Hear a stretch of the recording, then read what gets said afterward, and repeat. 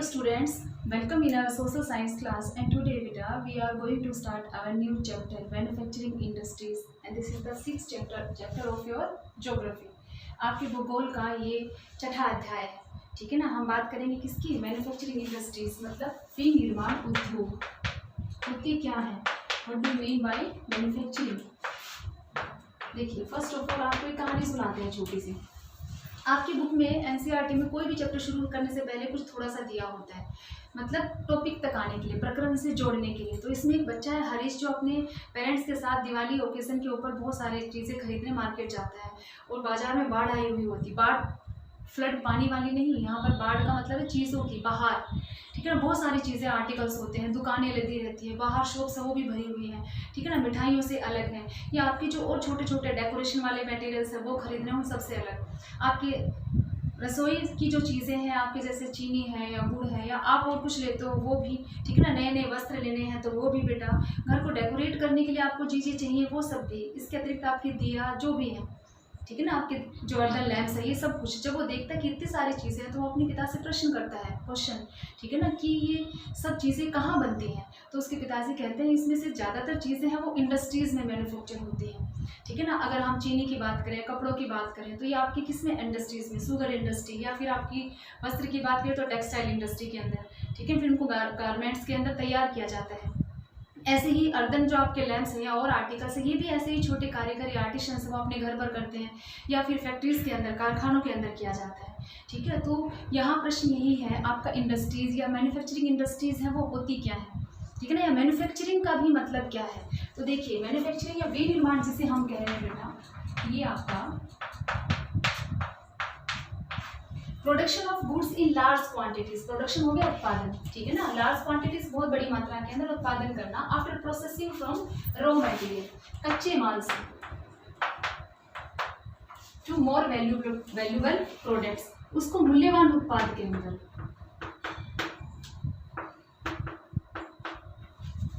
ठीक है. इसका मतलब आप ब्रीफ में ये भी कह सकते हो, conversion of raw material into valuable products. ठीक है ना. कच्चे माल का प्रयोग करके और उसको मूल्यवान उत्पाद में परिवर्तित करना या उसको बदलना. ठीक है ना. अधिक मात्रा में वस्तुओं का उत्पादन करना, यही आपका वस्तु निर्माण या फिर आपका विनिर्माण कहा जाता है, जिसे हम मैन्युफैक्चरिंग कह रहे हैं. देखिए, फॉर एग्जाम्पल हमने लिया raw material sugar cane, convert into sugar. ठीक है ना. गन्ने से चीनी बनाई. ठीक है बेटा. कॉटन, इसको हमने कन्वर्ट किया किसके अंदर? आपका टेक्सटाइल. ठीक है. फिर हमने लिया iron ore, when we take iron ore convert into steel. आप बॉक्साइट भी ले सकते हो एल्यूमिनियम के अंदर कन्वर्ट करना, कि बॉक्साइट को हमने एल्यूमिनियम में कन्वर्ट किया. वुड को हमने कन्वर्ट किया बेटा paper. There are so many examples. ठीक है ना. Conversion of raw material into valuable products. ये हो गया आपका कच्चा माल, कि गन्ना लेकर हमने उससे चीनी बनाई. ठीक है. जो इसकी कीमत या वैल्यू थी बेटा, क्या सेम यही शुगर की रहेगी? नहीं. जैसे ही एक प्रोसेस या आप एक स्टेप पर आते हो तो उसकी कीमत बढ़ जाएगी. ठीक है ना. ये आपका क्या हो गया? लार्ज अमाउंट के अंदर हमने उसे कन्वर्ट कर दिया चीनी के अंदर. कपास है, उसको हमने उससे वस्त्र बना दिए.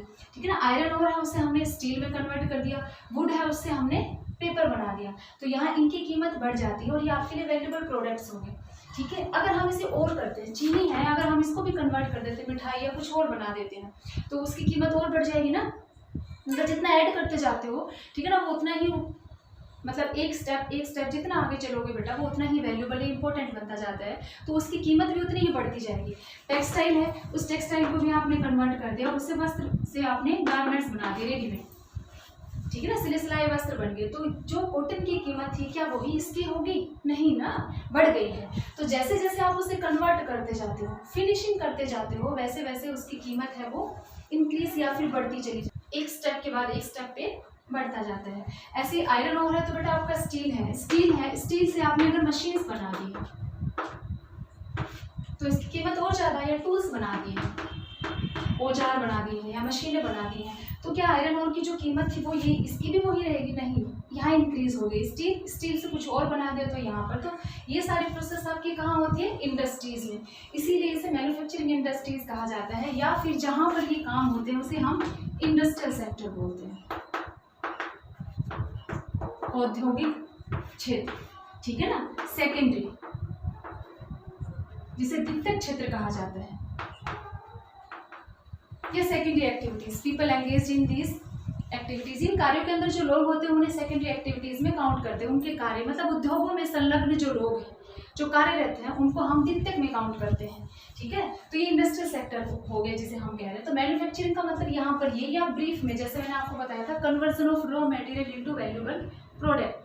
ठीक है ना, कच्चे माल को निर्मित माल में या फिर मूल्यवान उत्पाद में परिवर्तित करना या बदलना। ठीक है ना, उसी को हम यहाँ पर विनिर्माण कह रहे हैं। और यहाँ ये जरूरी नहीं कि ऑल दीज प्रोसेस, ठीक है ना, इज डन, मतलब all these processes are done into industries या डन इन इंडस्ट्रियल सेक्टर या फैक्ट्रीज। जरूरी नहीं है कि वो सिर्फ उद्योग में ही किया जाए।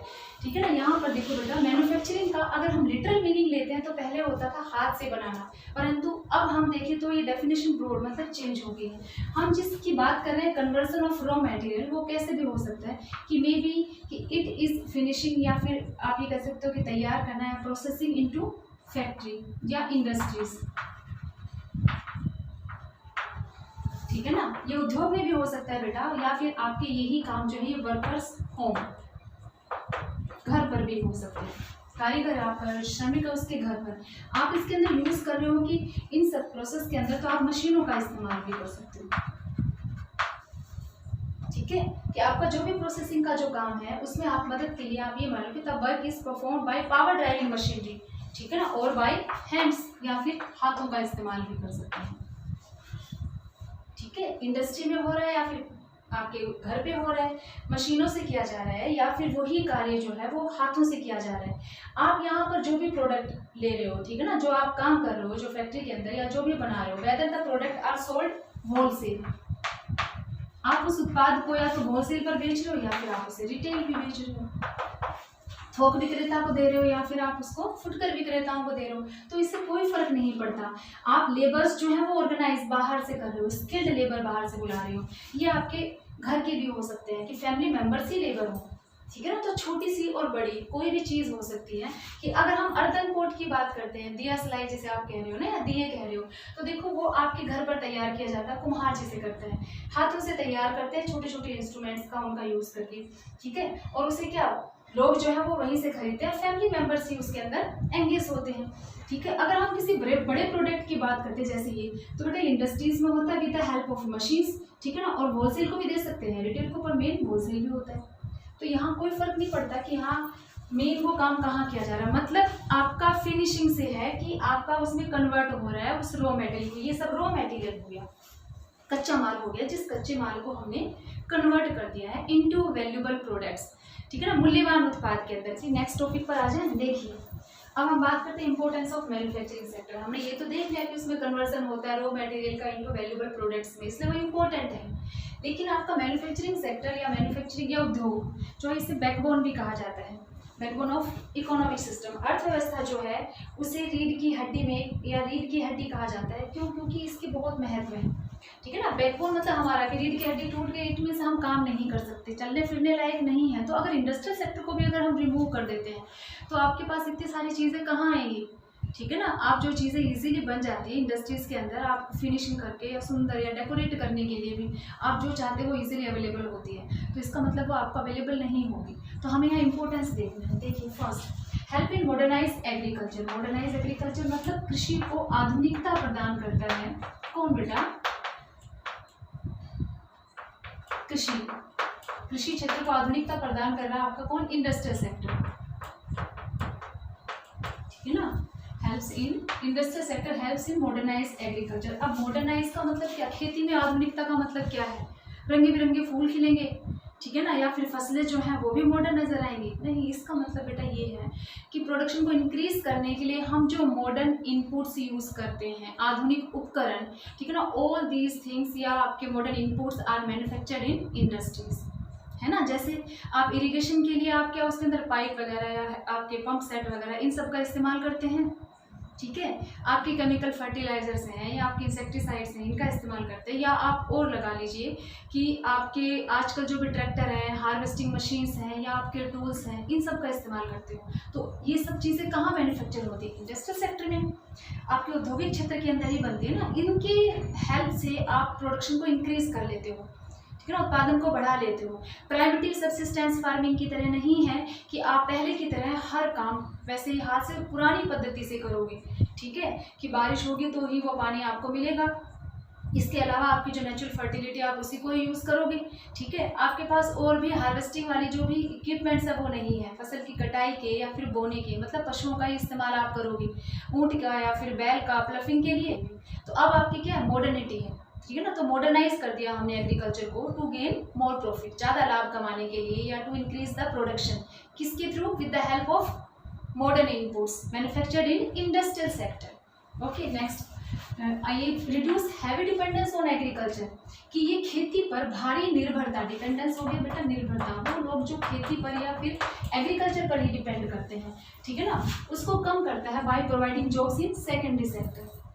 भारी निर्भरता कैसे बेटा, अगर लोगों के पास काम नहीं था, या हम ये भी लगा सकते कि आपने किया है कि 2/3 population is engaged in agriculture sector in India, Bharat की बात कर रहे हैं, कि आपकी 2/3 जनसंख्या है वो कृषि कार्यों के अंदर अभी भी संलग्न है या फिर लगी हुई है। अब भारत में आपके डिस्गाइज्ड अनएम्प्लॉयमेंट, छुपी बेरोजगारी है, वो भी पाई जाती है किसमें, आपके कृषि क्षेत्र के अंदर, ठीक है ना, एग्रीकल्चर सेक्टर के अंदर। छुपी बेरोजगारी का मतलब क्या है, जितने लोगों की जरूरत है उससे ज़्यादा उसमें लगे रहना। फैमिली में 5 मेंबर हैं और 5 मेंबर हैं वो खेती का कार्य करते हैं, ठीक है ना, फार्मिंग का काम करते हैं, और उसमें से सिर्फ ज़रूरत उस खेती के काम के लिए 3 मेंबर की ही है, मतलब 3 मेंबर काम करते तो भी इजीली वो काम हो जाता है। फिर भी उन 2 के पास काम नहीं है तो 5 मेंबर उसके अंदर लगे हैं। अगर हम उन 2 को हटा दें, if we remove the 2% from the agriculture, उस खेती से हम उन 2 को हटा दें तो there will be no effect on the production, उत्पादन पर तो कोई असर नहीं होगा ना। उतना ही प्रोडक्शन तब होगा जब वो 3 काम करेंगे बेटा, और उतना ही जब होगा जब वो 5 करेंगे, ठीक है। तो वो 2 लोग जो वो कौन है, जिनको काम नहीं मिल रहा है तो वो ज़बरदस्ती लगे हुए हैं। तो ये आपका होगा डिस्गाइज्ड अनएम्प्लॉयमेंट, जिसे हम छुपी बेरोजगारी कहते हैं, जो हमें पता नहीं चलता। अब उन 2 लोगों को कहाँ होना चाहिए, ठीक है, सेकेंडरी सेक्टर या टर्सरी सेक्टर के अंदर, उसमें काम होना चाहिए ना, उन्हें उसमें काम करना चाहिए। तो यहाँ पर इंडस्ट्रियल सेक्टर होने के कारण लोग जो है वो इंडस्ट्रीज में काम करेंगे, मैन्युफैक्चरिंग सेक्टर के अंदर काम करेंगे, और खेती पर उस भारी निर्भरता को रिड्यूस या कम करेंगे कि वो उसके ऊपर डिपेंडेंट नहीं है, ठीक। देखिए नेक्स्ट, इरेडिकेट्स अनएम्प्लॉयमेंट एंड पॉवर्टी, कि ये आपकी रिमूव करता है, घटाता है किसको, बेरोजगारी को, क्योंकि लोगों को रोजगार मिल रहा है ना, सेकेंडरी में हमने किया, तो बेरोजगारी को कम कर रहा है, घटा रहा है, और बेटा आपकी गरीबी को भी, ठीक है ना। और ये सबसे बड़ी बीमारियां हैं, बेरोजगारी और गरीबी, ठीक है ना। मैंने एक बार एक नॉवल में पढ़ा था कि when poverty comes in the house happiness goes away from the window, कि जब घर में गरीबी आती है तो खुशियाँ खिड़की से बाहर चली जाती हैं, ठीक है। अब वो खुशियाँ कैसे आएंगी, पैसे से। पैसा बहुत कुछ होता है पर सब कुछ नहीं होता, ये भी ध्यान रखना, आपको भी सब कुछ खरीदा जा सकता है पर सब कुछ नहीं होता, ठीक है। तो बहुत कुछ वाली वो है खुशियों के लिए, कि आप कि जो फैसिलिटीज़ आपको चाहिए वो फैसिलिटीज़ आप गेन कर सकते हो। इवन छोटे से सेलिब्रेशन के लिए भी आपको बहुत सारी चीज़ें चाहिए तो आप उसे जुटाते हो। और छोटा सा एग्जांपल कि आपका अगर बर्थडे है और आपको गिफ्ट नहीं मिलता है तो आप मायूस हो जाते हो, चाहे वो थोड़े समय के लिए खुशी हो, ठीक है ना। तो ये सब किससे आता है, पैसे से ना। तो यहाँ भी वही है कि वो पॉवर्टी जो है, ठीक है ना, उसको रिड्यूस करता है, क्योंकि लोग इसमें क्या हो गए बेटा, रोजगार मिल गया है, ठीक है ना, एम्प्लॉयड हो गए हैं सेकेंडरी सेक्टर के अंदर, इसलिए it reduce unemployment and poverty, गरीबी को और बेरोजगारी को घटाता है। कौन, मैन्युफैक्चरिंग सेक्टर की बात करें। नेक्स्ट देखिए, reduce regional disparities by establishing industries in tribal and backward areas. Regional disparities जो है ये होता है बेटा आपके क्षेत्र में, ठीक है ना। क्षेत्रीय विभिन्नता मतलब अलग अलग, अगर हम क्षेत्र, वो बैकवर्ड एरिया जो आपके पिछड़े क्षेत्र हैं, ठीक है ना, या आप इसे असमानता भी लगा लो, क्षेत्रीय असमानता,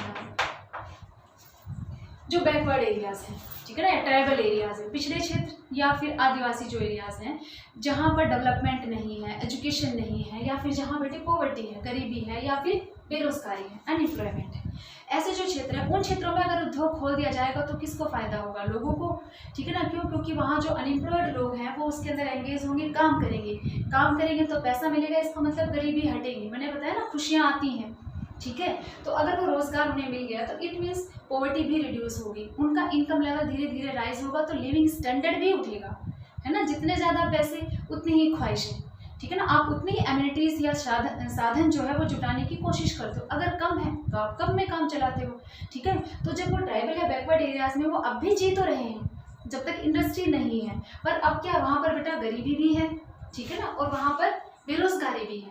तो ऐसे एरिया जहाँ लोगों के पास काम नहीं है, ठीक है ना, या जो बैकवर्ड ट्राइबल एरियाज है, ऐसे एरियाज में अगर हम उद्योग लगाते हैं तो वहाँ लोगों को रोजगार मिलता है, गरीबी दूर होती है। क्षेत्रीय असमानताएं अब हम कैसे कम करेंगे, क्योंकि वो ट्राइबल या बैकवर्ड इसलिए हैं क्योंकि वहाँ पर लोगों के पास काम नहीं है, वहाँ विकास नहीं है। तो वो नियरेस्ट वाले एरिया से उसको कनेक्ट करना, ताकि उस एरिया में उसमें कोई फर्क ना रहे, वो ट्राइबल या बैकवर्ड ना कहलाए। तो वो जो रीजनल डिस्पैरिटी, क्षेत्रीय असमानताएं जो हैं, उनको हम रिड्यूस करते हैं किसके थ्रू, आपकी by establishing industries in these areas, इनमें उद्योग लगाकर, ताकि लोगों को रोजगार मिले, गरीबी कम हो, लिविंग स्टैंडर्ड राइज हो और दूसरे क्षेत्र की तुलना में वो क्षेत्र है वो भी ऊपर उठे। ठीक है, नेक्स्ट देखिए, एक्सपेंड ट्रेड एंड कॉमर्स, ये बेटे आवश्यक शर्त हो गई एक, ठीक है ना, कि विकास के साथ साथ हमें यहाँ पर क्या, व्यापार को भी बढ़ाना है और वाणिज्य को भी बढ़ाना है। व्यापार वाणिज्य तभी बढ़ेगा ना जब हमारे पास चीज़ें होंगी दूसरों के साथ व्यापार करने के लिए। अब पहले की तरह मतलब कुछ हद तक वैसे ही है कि पहले हम वस्तुएं देते थे, वस्तुएं लेते थे विदाउट मनी, पैसा नहीं होता था, ठीक है, तो बार्टर सिस्टम था। अब भी हम चीज़ें देते हैं और चीज़ें लेते हैं, परंतु अब मेन रोल करेंसी प्ले करती है, मुद्रा के माध्यम से ये होता है ना। तो यहाँ पर आपका ये क्या हो गया, एक्सचेंज, और आपका मतलब जो विनिमय है वो आपका एक्सपोर्ट और इंपोर्ट, कि आपके पास जो सरप्लस प्रोडक्ट है वो आप क्या करते हैं, एक्सपोर्ट कर देते हो, निर्यात, और आपके पास जो कम है वो आप इंपोर्ट करते हो, मतलब आयात। तो इसीलिए बेटा हमें एक्सपेंड मतलब विस्तार करना है, किसका, व्यापार का। और व्यापार में हमें वस्तुएं जो खरीद फरोख्त करनी, तो दूसरे देशों को हम तभी देंगे ना जब हम मैन्युफैक्चर करेंगे, ठीक है ना। तो हमारा व्यापार या वाणिज्य या उसका विकास है वो इसी से संभव है, किससे, आपके मैन्युफैक्चरिंग सेक्टर से, कि जितना ज़्यादा व्यापार होगा उतना हमें फॉरेन एक्सचेंज मिलेगा, विदेशी विनिमय जो है वो आपको प्राप्त होगा या फॉरेन करेंसी प्राप्त होगी, ठीक है, दूसरे देशों के साथ व्यापार करने से। तो बेटा ये आपके सब क्या हो गए, आपके इम्पोर्टेंस होगी, ठीक है ना। India's prosperity lies in increasing and diversifying its manufacturing industries as quickly as possible, हमें जरूरत है जल्द से जल्द स्पेंड करने की मैन्युफैक्चरिंग सेक्टर को। अब देखो लोग जो है उनका जो रुख है वो भी ज़्यादा इन्हीं में है, आपके सेकेंडरी और टर्सरी सेक्टर में ज़्यादा है प्राइमरी की बजाय, ठीक है ना। कृषि क्षेत्र को छोड़कर उसमें निवेश करने की बजाय अब लोग ज़्यादा जो है वो इनमें जा रहे हैं। और डेवलप्ड जो नेशंस है उनमें भी मेन यही है कि एग्रीकल्चर सेक्टर पर डिपेंडेंस उनकी कम है, ठीक है ना। और इस सेक्टर में क्योंकि इनकम लेवल इसमें ज़्यादा होता है, आय ज़्यादा होती है, कैसे, शुगर केन जो लगा है उसकी कीमत कम है ना, ठीक है ना, और उसी से आपकी चीनी बन गई तो कीमत बढ़ गई। तो वही बात है, यहाँ पर इनकम लेवल है वो इनका ज़्यादा होता है, इसलिए भी लोग ये कार्य करते हैं, जीडीपी के अंदर कंट्रीब्यूशन है वो भी ज़्यादा होता है, ठीक है। लेकिन लोग ज़्यादा लगे हुए एग्रीकल्चर, मतलब इतने सारे लोग जो हैं एग्रीकल्चर में लगे हैं पर आउटपुट इतना, ठीक है, इतने सारे लोग आपके टर्सरी सेकेंडरी के अंदर हैं पर आउटपुट इतना, अपोजिट हो गया है, ठीक बेटा। तो यहाँ तक करिए, समझिए और खुश रहिए। Have a good day.